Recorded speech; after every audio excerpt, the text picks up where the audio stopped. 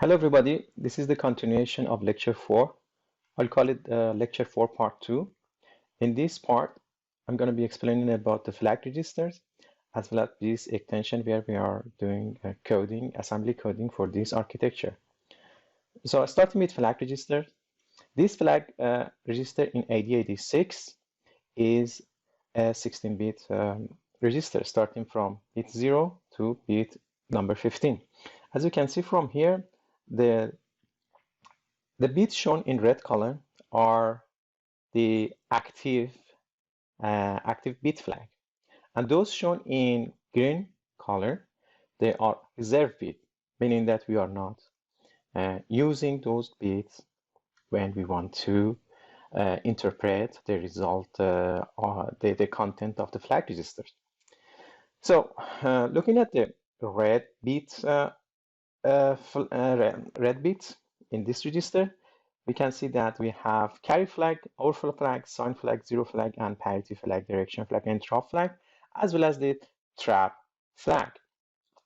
Carry flag is used, or we can interpret the result of the carry flag when the last operation in our code, there was a carry that there was a carry in the operation.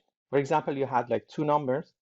When adding together, the result was kind of more than the number of bits accommodated in their two register. So there was a carry in this operation. Or when there is a subtraction happening, when we have a borrow flag, the carry flag is going to be set. And then the next flag is the overflow flag. This flag is set when in a sign operation we have overflow, meaning that when the number is positive, the result comes negative, or when we have two negative numbers, the result comes positive. This is set when this situation we see this situation in our calculation. And then we have sign flag. When the result of the previous operation, the most significant bit of it, is 1, the sign flag gonna be set.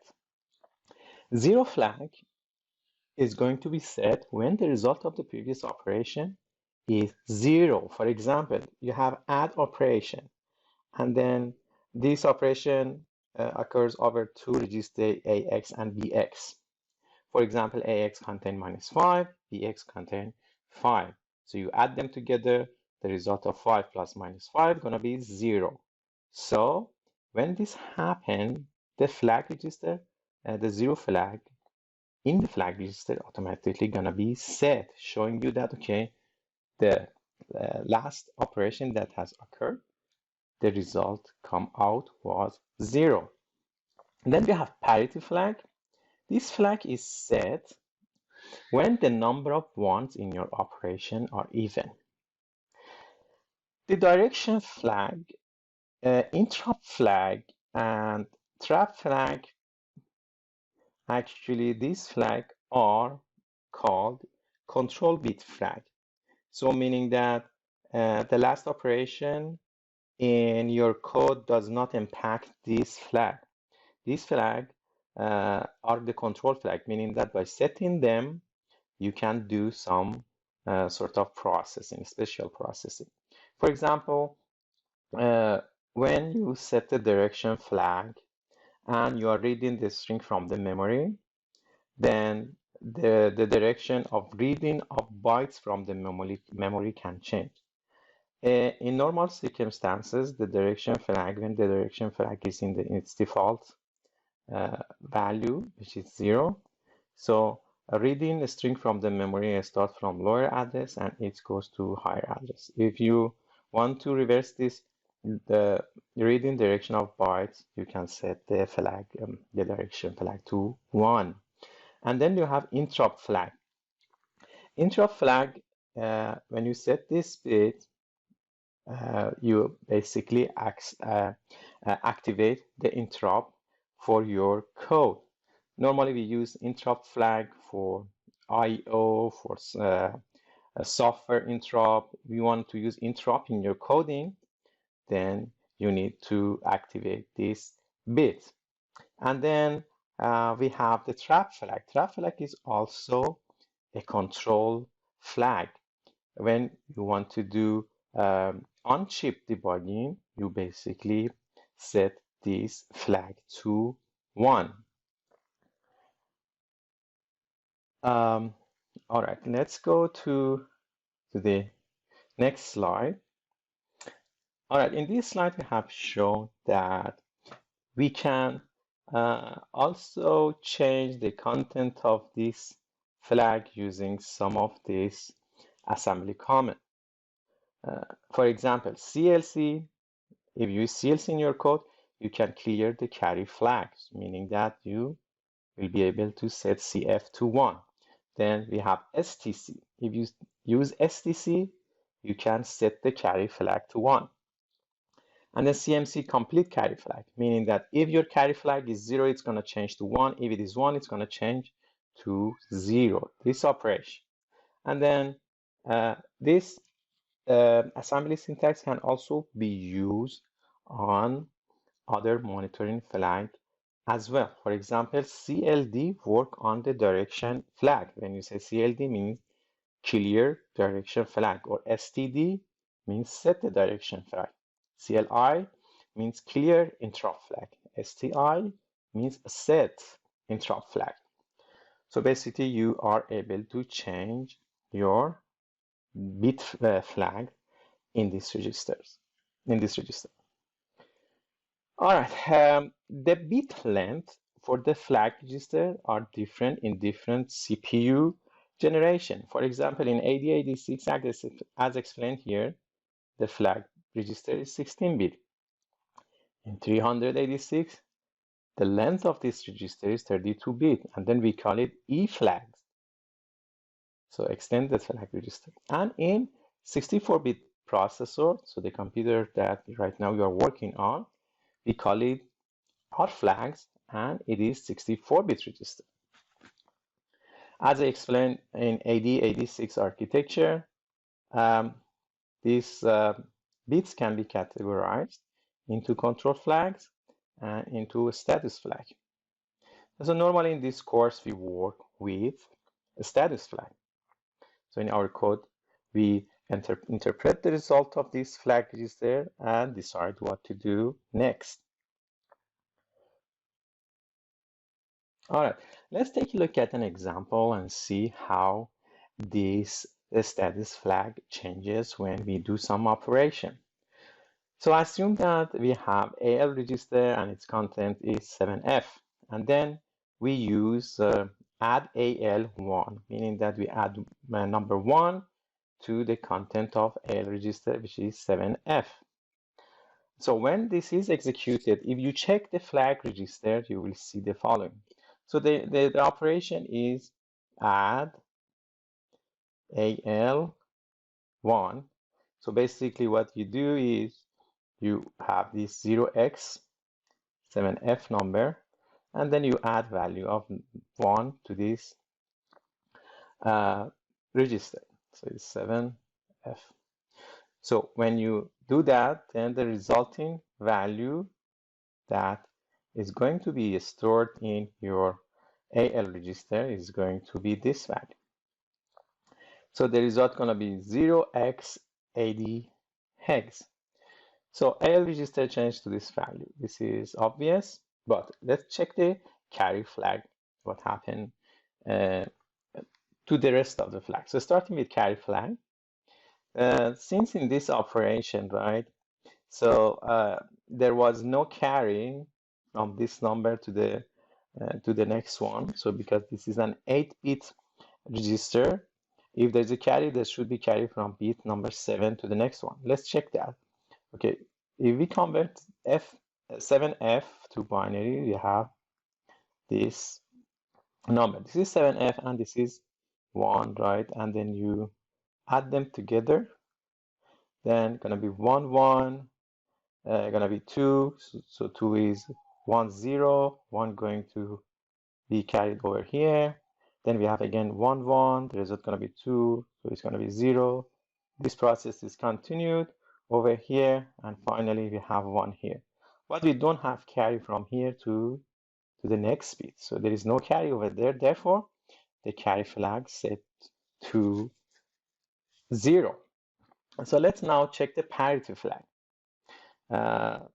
Parity flag is 0. Why? Because the number of 1 in the resulting operation is odd. Parity flag is set only when the number of 1 is even. Then the auxiliary flag. The auxiliary flag is 1 in this operation. The auxiliary flag set when for the first 4 bits we have carry from this bit to the next one. Yes, in this operation we have carry, therefore the auxiliary flag set to 1. Zero flag. Zero flag is 0. Why? Because our result is ATX, it's not 0. So sign flag. Sign flag is 1. Why? Because the bit 7, the most significant bit in this operation, is 1. And overflow flag. Since the sign bit of the result has changed, the overflow flag is set to 1. All right, let's move on to the next slide. So let's talk about overflow and for unsigned integer first. So overflow flag set in an unsigned operation when we have carry bits in sign operation, and when we have a borrow bit in unsigned subtraction, right? So when this situation happens, then the carry flag gonna be set. So we divided in two scenario, 2 cases. So for add operation, we said when there is a carry flag gonna be set, and for the subtract operation for unsigned numbers, when there is a borrow. So when you see there is a borrow, then the carry flag is set. So you can simply check this one. For example, in the previous example, we didn't have carry flag, therefore the carry flag is 0. So you can have an example like this one, right? You can have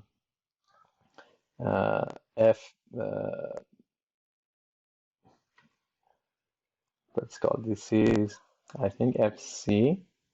So your number is FC here. And then if we have something like this, 1 0 0 0 1 1 0 1. So this is our second number. So this number is 1. So this one is 1, and this one, this number is D. So we have 1D. So if you add these two numbers together, then let's see what we have. 1 0 is 1 0. Then we have 0 here. Then we have 1 in here. Therefore, result going to be 3. We have carry from here to here. Then we have 1 1 going to be 0. They want to be 2. Therefore, it's going to be 0 going to be here. Same situation occur here. Same situation occur here. Then we have carry over here. The result going to be 1 1. Therefore, they're going to be carry over here. So the carry flag in this operation also set. Let's take a look at another example. Let me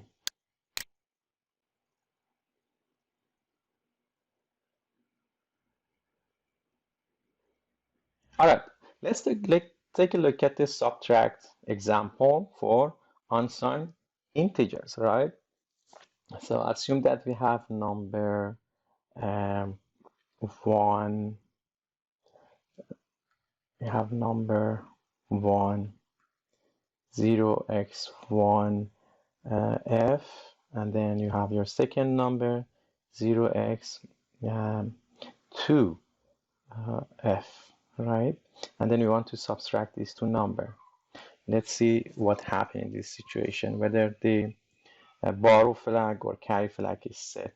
So 1F is 0, 0, 0, 1, 1, 1, 1, 1. And then 2F is 0, 0, 1, 0, and 1, 1, 1, 1. So we want to subtract these two.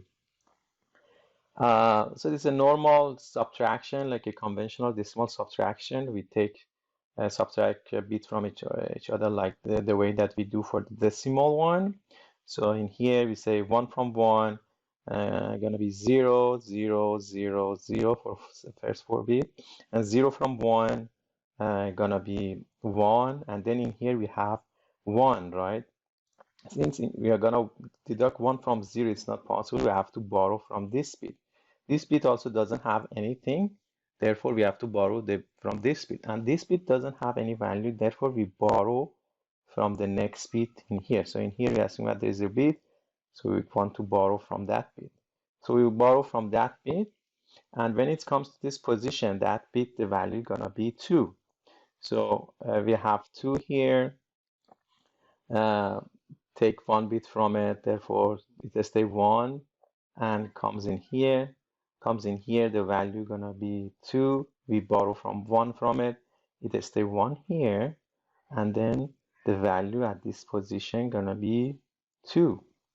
So 1 from 2 gonna be 1, and then 0 from 1 gonna be 1, 0 from 1 gonna be 1.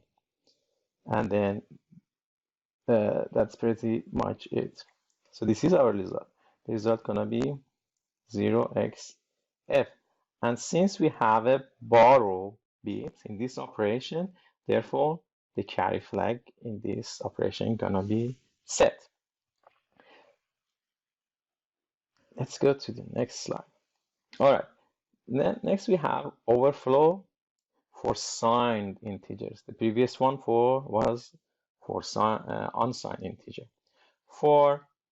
To check whether overflow happened for signed integer, for addition and subtraction, you just check the situation where you have two positive number and the result is negative, or when you have two negative number and the result comes positive. So you know that this condition cannot happen in practice. Therefore, you know that overflow has happened. It is very important to note that I ask a student, okay, overflow, when overflow happen for signed integer, they say, they mention, they point us to the carry flag. But in signed operation, we just look at the overflow flag. We don't care about the value of the carry flag to judge whether overflow happened for signed operation, okay? For signed operation, for addition or subtraction, you just look at the overflow flag, not the carry flag. Remember this. All right, moving to the next slide. In here, we also summarize the result. We said that for unsigned operation, to check whether overflow happened or not, you check the carry flag. For signed operation, when you want to see whether overflow has happened or not, you just check the overflow flag. You don't care about the sign flag. All right, next slide. So we have done with the flag registers and the carry flag, overflow flag for signed and unsigned operation. In here, we are going to talk about bit size extension or decrease when we work with assembly code in this architecture. All right, assume that you have like some numbers, and for some reason you need to cut out the length of the register. Then how do we do it? Okay, so let's consider the unsigned operation. For unsigned operation, when you have, for example, 16 bits register, right? These are 16 bits. Each of these are 4 bits. 4 bit, 4 bit, 4 bit, 4 bit. These are 16 bits. So if you want to make this 16 bit like 8 bit, you simply cut out these two most significant hex digits, and then you come up with A2. For here, you also cut out these two to make it, 8 bits number. In here, you also cut out these two to make it 8-bit value. In here, the same. So you get rid of the most significant hex digit, and you just save the first two less significant hex digit. So this is the way that we decreasing the bit size for an unsigned number. So how about for sign? For sign also the operation gonna be the same. We just get rid of the most significant bit, the 8th most significant bit, and just save the rest. So this is almost the same as the previous one. As you can see from here to here, there is a change of signs, because in this case, FF means that the most significant bit was 1 and the number is negative. But when we decrease the bit size, our number changed to the positive 1. For these cases, the bit sign was 0. Also, bit sign stays 0 for when we reduce the bit size. For this one, since these two also were F, the sign bit stay 1, and the sign for this number also stay negative. You see that the decreasing the bit size, how is going to impact your number. Extending the bit size for unsigned operation. When you want to extend the bit size for unsigned operation, you just simply fill up the higher bit value with 0. So as you can see from here, so we just fill up the higher bit value with 0. Extending the bit size for unsigned operation. For unsigned operation, it's simple. We said that we just add 0 to it. And these are some given assembly syntax that does this automatically for you. For example, if you have AL register, you want to move the value to AX register, you simply move 0 to the higher 8-bit of the register, because you know that this is your AX register. Your AX register consists of AL register and AH register, right? If you want to make your AL register a 16-bit register, simply you put 0 in the higher bit. As simple as this. And then you have your AX register, you want to make it EAX register, right? Meaning that you want to put 0 value to a higher 16-bit. So it is your EAX register. EAX register consists of AX register and also 16 more bit here. You just put 0 in here until here. And this operation does that for you. So this operation. So we have AL, AL to EAX, AL to AX. I guess we have explained that. And BX to EAX and EAX to RAX. So these are the assembly syntax that we can use to do the bit extension.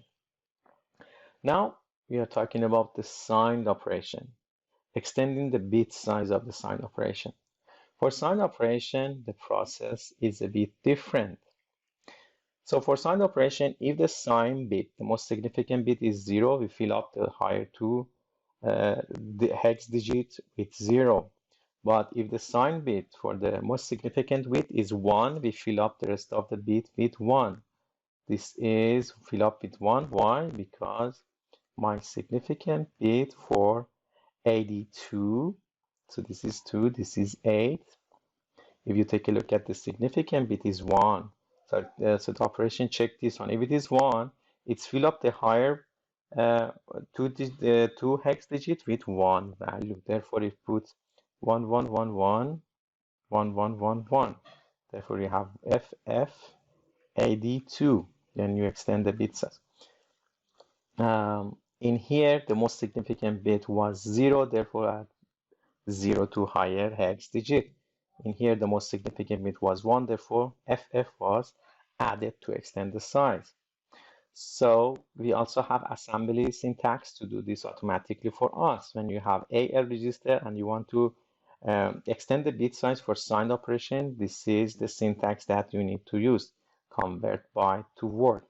It takes care of the signed bit for you. If it is 0, it's fill up the higher bit with the 0. If it is 1, it's fill up the higher bit with value of 1. This extends EAX to AX to EAX. This one extend EAX to RAX. So you know that EAX is 32-bit and RAX is 64-bit.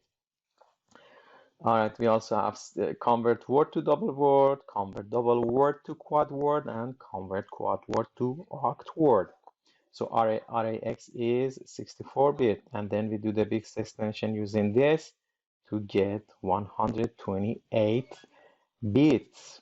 That's a concatenation of RAX and concatenation with RDX. All right. So let's now talk about the data size name. So when we use byte, we refer to a bit size of 8. When we use word, we are referring to a word of 2 bytes, which is like 16-bit number value. And then when we say double word, something is double word, it means that it is 4 byte or 32-bit. And when it is quad word, it's 8 byte or 64-bit. And oct word is 16 byte or 128 bit. So these are the keywords that we use when we want to move data from memory to register or from register to memory. You will see example this one throughout this course. Okay, so extending bit size for signed number, we talked about that before. So here again is some other example. So EAX, we said move sign X. So it's basically extend AX to EAX for you. And then we have this one when it's extend EAX to RAX for you. Okay, let's talk about these two operations. So the first one is add with carry. The second one is subtract with borrow. Add with carry, when you have two things you are using, that are doing the operation, it add source with this destination. Also, it's consider the current value of the carry flag and add that to the result to get the final result. For SBB is subtract with borrow. You take a look at the carry flag at that case in that point of your program, and it takes destination, subtract source from it, and also subtract carry flag from it, and then it's come up with the value for the destination.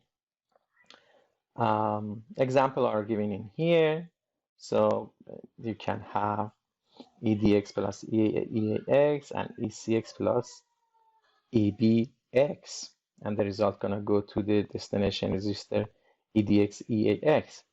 So this can apply to this situation as well. All right. So how we do this example, right? For other register of length, for example, 32, 16, 8-bit, it is easy to do. For 64-bit register, that when we want to do something like this, then the process is a bit different, right? So we first do the first less significant 32-bit, these two. We add these two together, and then once we add them together, right, they're gonna be probably carry flag from 1 to here, and therefore when we want to do the addition for the higher 32-bit, we have to use ADC. Why? Because the carry flag from the first 32-bit is important to us. We want to take that into the consideration. Therefore, we use ADC in this situation to add ECX with EDX and also consider the carry flag from the previous operation. This is where this assembly syntax is used. This concludes our lecture today. See you on the next video.